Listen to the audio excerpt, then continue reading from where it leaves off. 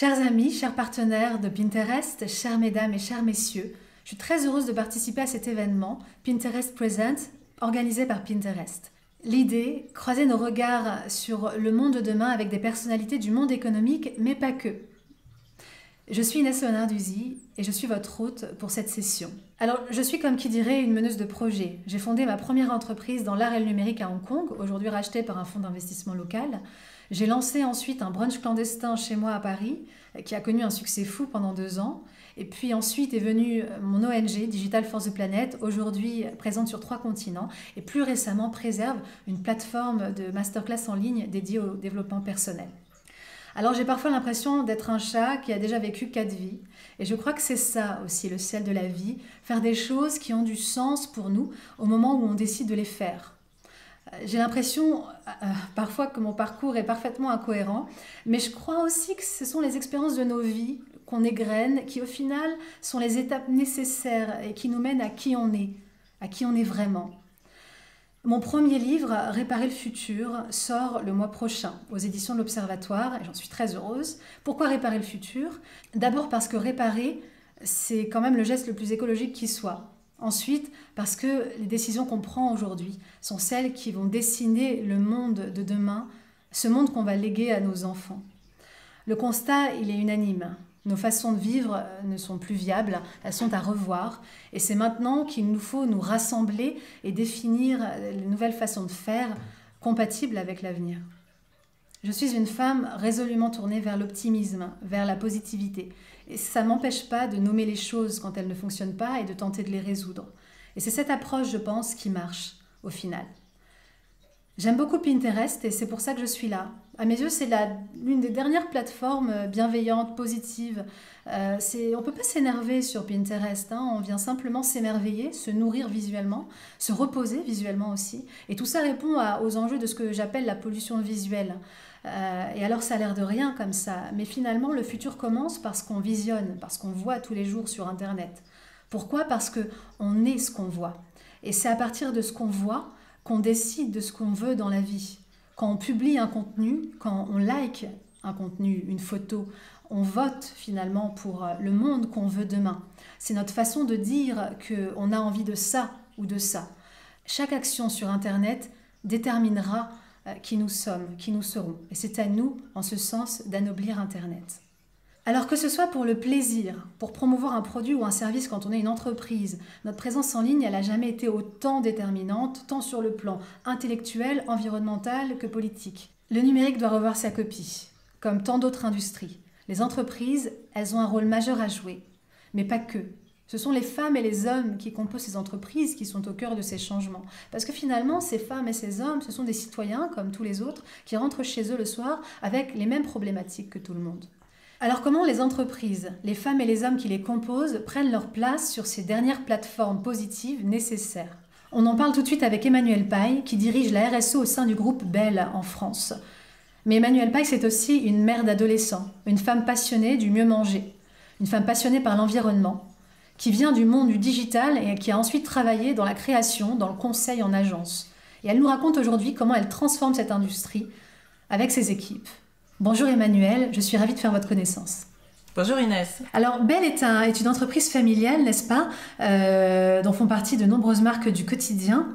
Vous êtes à la tête de la communication, de la RSE et des affaires publiques. Comment est-ce qu'on arrive un matin à se dire je vais diriger la RSE chez Bell? Est-ce que c'était important pour vous? C'était un enjeu personnel? Alors écoutez, j'ai tendance à dire que je ne me suis pas forcément réveillée effectivement un matin. C'est un certain nombre je pense que dans le parcours de chacun, il y a aussi des petites graines comme ça qui sont essaimées dans le temps, qui parfois grandissent tout de suite et puis parfois ça met un peu plus de temps.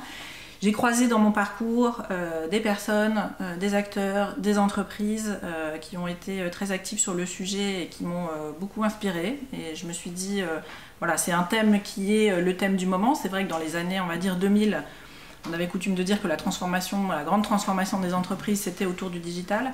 Et puis je pense que petit à petit, la perception, en tout cas pour moi, que la transformation, ou en tout cas ce qui allait peut-être amener aussi philosophiquement le monde vers une transformation positive serait vraiment ancré dans la RSE, et que le marketing, qui est un peu le fil rouge, comme beaucoup qui sont autour de leurs écrans aujourd'hui, le marketing et les transformations marketing qui sont le fil rouge de mon parcours, et bien la transformation marketing après le digital, ça serait la RSE. Et que le marketing d'aujourd'hui, c'est quelque part porter ces messages, on va dire, à travers les marques et jusqu'aux consommateurs et jusqu'aux citoyens. Et j'ai eu la chance, après la vie aussi faite de rencontres et d'inspiration, j'ai eu la chance à un moment voilà, de croiser la route de Belle France et de participer avec les équipes on va dire, à cette transformation RSE et d'essayer d'en être, on va dire, un amplificateur. D'accord, bah, c'est un vaste projet. Et comment on combine alors la communication et la RSE chez vous? J'aurais tendance à dire que la valorisation est vraiment le cœur du sujet. C'est-à-dire qu'aujourd'hui, Belle, comme beaucoup d'autres entreprises, s'attelle au chantier RSE depuis longtemps, avec des transformations profondes sur beaucoup d'aspects dont on reparlera sûrement un peu plus tard. Et qu'aujourd'hui, l'enjeu du moment, c'est vraiment la valorisation, la portée à la connaissance, on va dire, des consommateurs, des citoyens, tout ce qui peut être fait, de manière à y accorder la juste valeur. D'accord, donc tout ça dans cet enjeu de responsabilité qui est au cœur de toutes les grandes entreprises aujourd'hui. Et justement, pour vous, Emmanuel, comment vous définissez une marque responsable aujourd'hui en 2021? Ça veut dire quoi? Vaste question. Je pense que je répondrai par deux ou trois aspects. Je pense qu'une marque responsable, déjà, c'est une marque qui a un impact positif, mais un impact positif qui va au-delà du cœur de son activité. C'est-à-dire que chez Belle, on a coutume de dire la responsabilité, elle ne s'arrête pas à l'entrée et à la sortie de la porte des usines. Donc première chose, c'est travailler avec on va dire, une optique collective, avoir pleine conscience du fait qu'on est inscrit dans un écosystème de partenaires agricoles, de partenaires distributeurs, de partenaires consommateurs. Et donc essayer de construire, on va dire, les ponts qui permettent encore une fois une construction de la valeur tous ensemble. Ça, c'est le premier point. Et puis je pense qu'une marque responsable, et ça nous tient énormément à cœur chez Belle, c'est une marque accessible. Il est aujourd'hui, et je ne dis pas que c'est simple, il existe aujourd'hui beaucoup de marques qui font des choses bien, on va dire qui peuvent être ciblées, qui peuvent sur certains segments de consommateurs, avec des pratiques ultra responsables. Je pense que la vraie question qui est posée à Belle et à beaucoup d'autres acteurs agroalimentaires aujourd'hui, c'est comment rendre, on va dire, ces démarches responsables accessibles au plus grand nombre. Comment avoir demain une alimentation avec grosso modo un prix accessible au plus grand nombre et durable et responsable. C'est intéressant, c'est justement comment vous faites alors, quelle est l'approche finalement, le déroulé des actions chez Belle en ce sens-là? Vous pouvez nous en parler? Alors notre approche, on peut la décrire, on va dire, avec un petit peu trois étapes ou trois piliers. Le premier, c'est tout le travail qui est fait sur le cœur de notre activité. Le cœur de notre activité, c'est les recettes, c'est l'amélioration et l'évolution de nos recettes et de nos packaging. Le deuxième aspect, c'est vraiment si on élargit encore une fois le cercle et qu'on raisonne dans un prisme d'écosystème, c'est la manière dont on peut travailler et construire des projets, encore une fois, collectifs et collaboratifs avec d'autres parties prenantes de notre écosystème. Donc ça veut dire quoi? Ça veut dire l'amont agricole par exemple, ça veut dire les filières de tri. Et le troisième élément, c'est encore une fois ce pilier d'accessibilité dont on s'est parlé voilà, précédemment. C'est-à-dire, quand on fait de la transformation durable et responsable chez Belle, on essaye de l'appliquer, ou en tout cas on l'applique de manière large et conséquente sur l'ensemble d'une gamme. Quand on fait évoluer, chose qu'on a faite très récemment, une recette vache qui rit pour la simplifier, on ne travaille pas sur un produit, une gamme qui est une petite partie du rayon. On travaille sur l'intégralité des kéris en portions qui sont distribués partout en France, dans tous les réseaux de distribution. Donc c'est des changements massifs. Et encore une fois, l'accessibilité, c'est ça aussi. C'est pas qu'une question de prix, c'est effectivement rendre cette alimentation responsable à un prix responsable, mais accessible au plus grand nombre.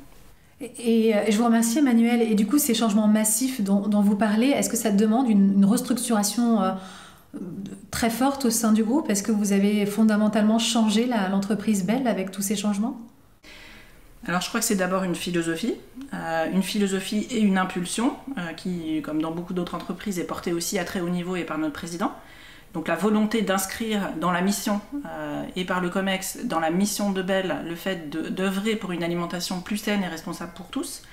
Donc sans être une entreprise bicorp ni à mission nécessairement, on n'est pas sûr d'avoir besoin forcément de ça, mais en tout cas que ça soit inscrit dans la philosophie et les objectifs de chacun, très clairement. Et ensuite, on a des différentes équipes qui sont les uns sur toute la partie R&D des produits, les autres sur le développement du packaging, d'autres collaborateurs de qui je suis très proche, on va dire, sur les démarches, on va dire aussi amont agricole. qui, on va dire, sont pris au prisme de cette philosophie et sur lequel on est en train aussi aujourd'hui de retravailler un certain nombre de KPI qui font partie et ensuite qui cascadent un petit peu partout dans l'entreprise. Donc oui, c'est des changements, je dirais, qui sont très transverses à l'ensemble de l'entreprise, impulsés par une philosophie, on va dire, COMEX et de notre président, et qui ensuite, et ça c'est notre vraie volonté, ne s'arrête pas à un discours d'entreprise. C'est-à-dire ça doit devenir un discours de marque et un discours produit extrêmement concret. Donc si je vous reprends un autre exemple, aujourd'hui on commercialise Mini Baby dans le cadre effectivement d'une opération de rentrée qu'on a voulu complètement axer sur le local et sur le partenariat qu'on a avec nos éleveurs.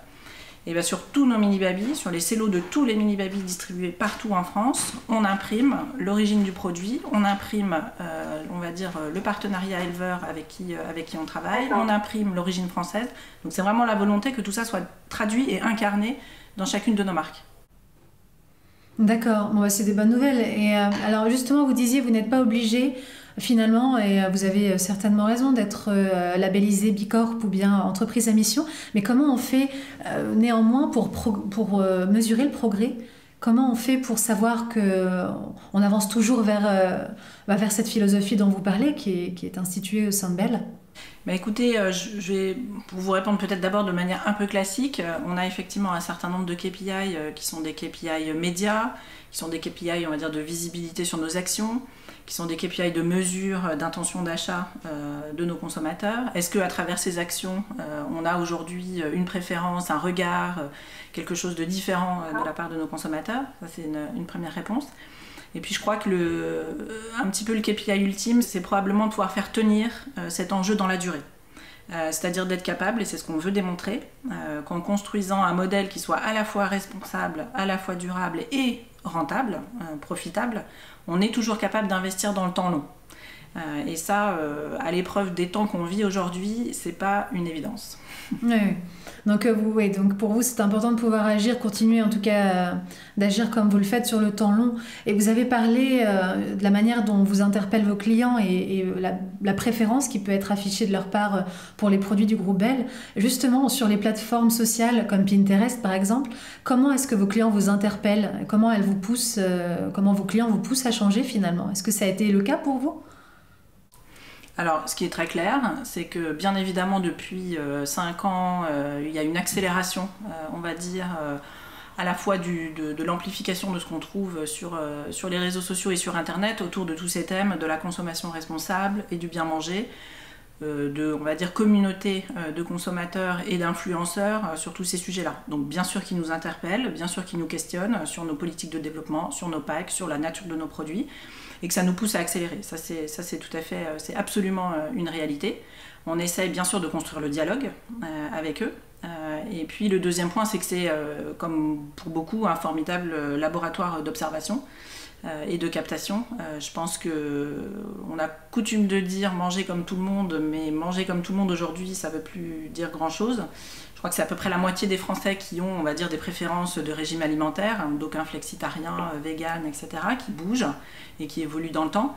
Et on a bien évidemment le devoir de suivre et de s'adapter à toutes ces différentes tendances. Et ça là-dessus, on va dire, le travail qu'on fait d'observation et de captation à travers notamment le digital et les réseaux sociaux est on va dire, une inspiration essentielle. Merci beaucoup Emmanuelle. Vous nous parlez donc là de la manière dont vous captez finalement la volonté, les velléités, les envies de vos clients et même ceux des plus jeunes. Une fois que vous avez fait ça, parce que vous êtes quand même à la com et RSE qui plus est, comment on fait pour communiquer de façon responsable et quel est l'impact sur votre mix média qui est très important, on le sait, au sein des marques comme les vôtres? Alors oui, il y a eu du changement, il y a eu beaucoup d'évolutions ces dernières années, pareil au fil des 3 à 5 dernières années. Une accélération de la transformation de notre mix média. Un mix média sans grande surprise, beaucoup plus digital, avec un levier d'influence aussi qui prend beaucoup plus d'importance, et l'utilisation de la data. On a, on va dire, l'opportunité et la chance sur l'agroalimentaire, effectivement, de pouvoir aller chercher des communautés avec des centres d'intérêt alimentaire, des habitudes alimentaires, de la data venue parfois de retailers qui nous permettent d'aller travailler, on va dire, sur des ciblages particuliers. Donc bien sûr, ça fait partie aujourd'hui, en complément d'autres points de contact, de nos dispositifs. Et puis des démarches influenceurs. On a aujourd'hui la chance d'avoir avec nos marques, pour certaines, Vache qui rit pour ne pas la citer, un certain nombre de fans, donc des communautés avec qui on construit et on essaye de co-construire ensemble aussi la visibilité de ce qu'on fait, et puis inversement d'avoir, on va dire, un dialogue avec eux qui nous inspire. Emmanuel, qu'est-ce qu'on vous souhaite pour 2021 ? On est en début d'année. Qu'est-ce qu'on vous souhaite pour vous, pour vos projets ? Écoutez, je pense qu'on va se souhaiter collectivement une année souriante. Je ne sais pas jusqu'où on peut se projeter sans que ça soit complètement de la fantasmagorie par rapport aux incertitudes actuelles. Mais moi, ce que je voudrais qu'on se souhaite, c'est du sourire et du positivisme. Et la deuxième chose que je voudrais qu'on se souhaite collectivement et en rapport aussi avec nos projets professionnels, c'est la capacité de pouvoir continuer à investir dans le temps long. On est dans un moment extrêmement chahuté, on est dans un moment dans lequel il y a des exigences bien sûr et dont on a besoin de rentabilité et de performance, on se le disait un peu précédemment. L'enjeu aujourd'hui des modèles RSE, c'est de trouver à la fois la durabilité et la rentabilité, donc bien entendu, mais de se créer la capacité de continuer à investir dans le temps long. Et que ces roadmaps RSE, elles se construisent à l'échelle de 5, 10, 20 ans. Quand il faut travailler avec des filières agricoles, l'agriculture existe depuis que l'homme est dans le monde, et que c'est des choses qui se transforment sur le temps long. Et qu'il faut que les entreprises puissent continuer à faire des choix d'investissement, on va dire, sur ce temps long. Donc temps long, positivité, sourire, et vous avez parlé de futur, ça tombe bien, c'est le thème de Pinterest Present. Merci beaucoup Emmanuel. Merci Inès.